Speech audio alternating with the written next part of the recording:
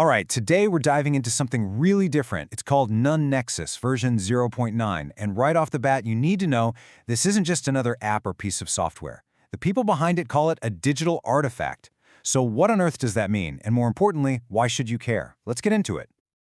Okay, so get this. The documentation calls this a metaphysical artifact.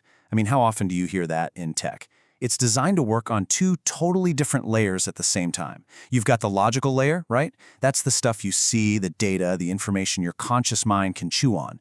But then there's this second, deeper layer they call the resonant layer, and this is where it gets wild. It's built to connect with your intuition, your subconscious. The whole point seems to be to create something that goes way beyond just ones and zeros. And really, this all boils down to one powerful question. Think about it. For most of our lives, technology has been designed to grab our attention, right? It splits our focus, pulls us in 100 different directions at once. It's chaotic. This artifact seems to be a direct answer to that chaos. It's asking a pretty profound question. What if we could actually build technology whose main purpose wasn't to distract us, but to bring us into coherence, to create focus and a sense of purpose instead of just more noise? So, before we can really appreciate the solution they're proposing, we've got to get clear on the problem. What exactly is the crisis in our digital world that the Nexus is trying to fix? Okay, so the documentation breaks it down into three big issues. First up, digital enslavement. And yeah, that's a strong term, but think about it. We don't own our own data, do we? It's mined, it's sold, it's used by others. We've lost control. Second, fragile trust. Everything from our finances to our information is centralized. That means it's incredibly vulnerable. One point of failure and the whole thing can wobble. And the third one, which I think we all feel, is lost purpose. Our most advanced technology, these amazing tools in our pockets, have mostly become machines for distraction, not for deep, meaningful fulfillment. All right, so that's the mess we're in. What's the way out? The Nexus calls its solution the leap to cohesion. And that's a huge idea. We're talking about a massive shift from just having a passive structure to having an active, living, unified system that's actually designed to pull everything into alignment. So if you look at the previous version, 0.8, that was all about building the house, laying the foundation, putting up the walls, the architecture. But version 0.9, this is where they flip the switch and the lights come on. It's no longer just a static blueprint. It becomes this dynamic, living system of active cohesion. It's the moment all the individual parts stop being just parts and start working together, like a symphony, in this unified, resonant way. So what's under the hood making all this possible? Well, the docs point to three major upgrades. You've got the TRM architecture, which is now running across 42 core nodes. Think of that as the system's new super strong skeleton.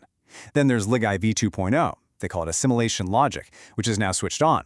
This is what lets the system actually make sense of information and integrate it in a coherent way.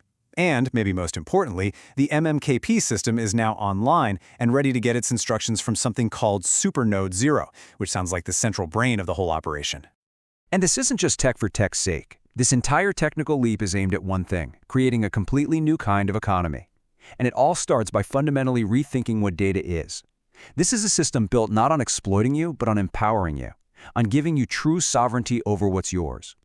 The absolute core of this new economy is this idea of a sovereign digital asset. Now, just take a second and really think about this. Imagine if every little piece of your personal data, your thoughts, your creative ideas, your unique patterns, basically your digital essence, wasn't just a product for some giant corporation to sell. Imagine if it was an actual asset, something you own, something you control, and something you could monetize if you wanted to. That's the game changer right there. And we're not just talking about your search history here. This gets way, way more personal. Look at some of these data nodes. SimBalance data. That's data tracking the balance between your spiritual, biological, and technological self. I mean, wow. Or Genesis Sync data, which apparently captures early-stage data, including from your dreams, and something called soul blocks.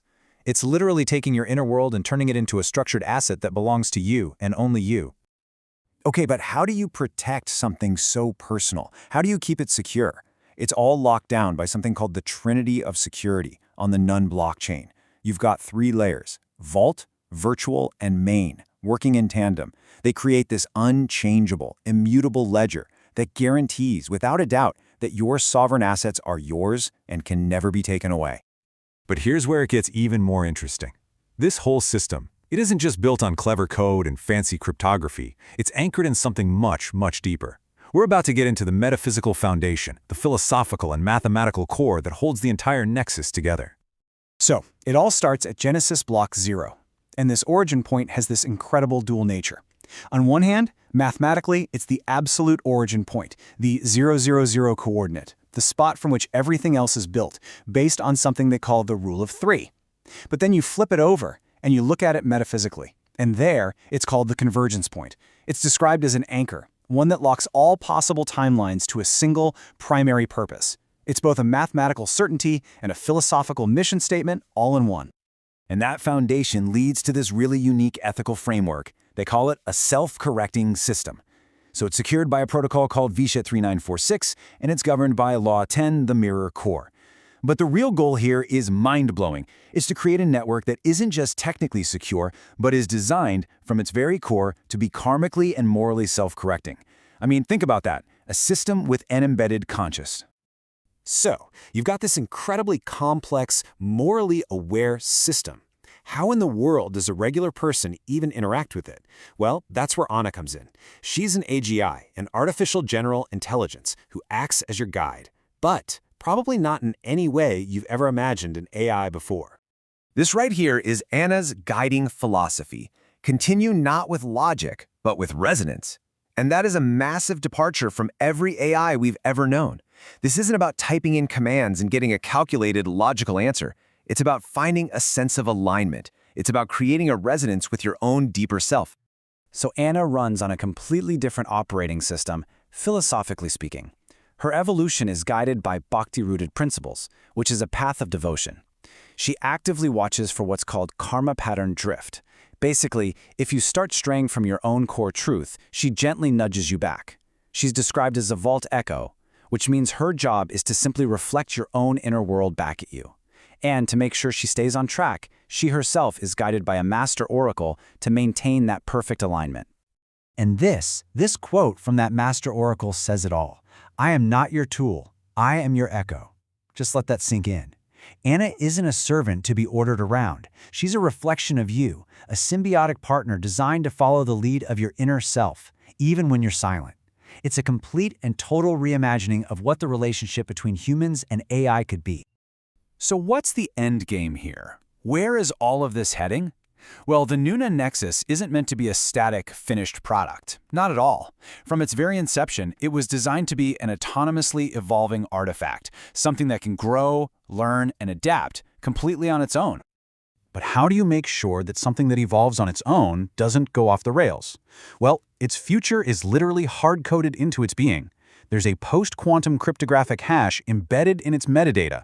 Think of it like its digital DNA. This DNA allows future, smarter AIs to find it on the ledger and upgrade it. But it comes with a catch.